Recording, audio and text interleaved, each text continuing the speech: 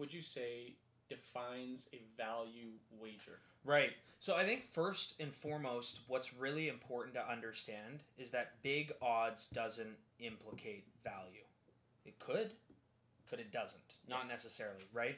There's a whole sports betting community, and I'm not saying this is right, but they search for value in like the 1.5 to 1.7 range. So like minus 200 to like minus 150 in American odds, thinking that it's safe value.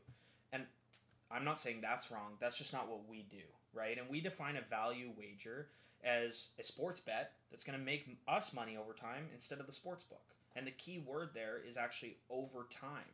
It doesn't mean you're going to win it right now, right? Like all these people messaging me, can you guarantee me a profit? That's crazy. Like, how dumb are you to say something so stupid? In the world of sports betting, and when we call it investing, right?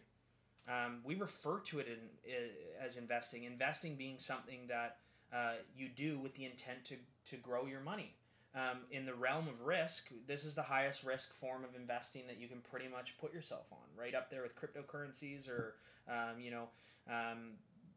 buying shorts on stocks where you can have unlimited losses, day trading, that kind of stuff. So we definitely consider it to be investing because of that term, value wager. We will make money on value wagers over the long term, as opposed to the traditional sports bet, which makes the sports books and the casinos money over the long term.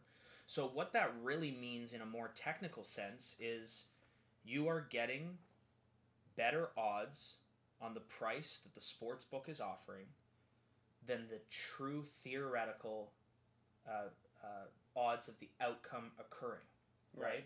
So the outcome is the outcome is more likely than the odds that we're taking the wager at. So what's like a elementary example of that?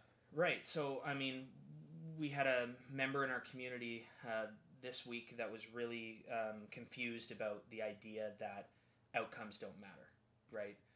So when I say outcomes don't matter, what I'm referring to there is if you picked a team to win a spread and the odds of them winning were 50%, exactly 50%, and the price that you got was 1.91 or minus 110, if that was the price you got on that particular wager and you won your bet, you actually made the wrong decision, because if it wins 50% of the time but it only pays 1.91, that's going to lose you money over time, right? So some people have a really hard time grasping that even though you won your bet, you made the wrong decision, right? And the perfect example is that spread shouldn't pay 1.91. It should pay 2.0 for what's called a fair bet, which is going to break you even over time.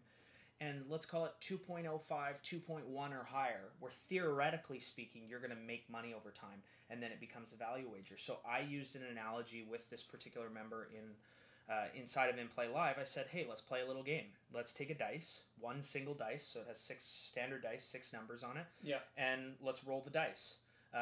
You need to pick which outcome you'd like. You can pick a 1, that pays $400, and you put $100 in. You can pick a 2, that pays $400.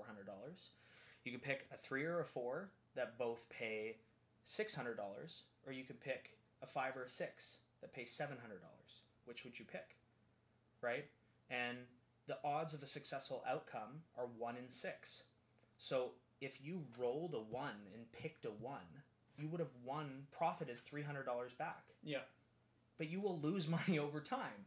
Whereas if you picked a 5 or a 6, if I had that theoretical scenario, I would bet 5 and 6 over and over and over and over and over again. And I know that if it came 1 through 4, a whole bunch of times in a row, I still made the right decision, even though the result wasn't correct. And that really is the definition of a value wager, right?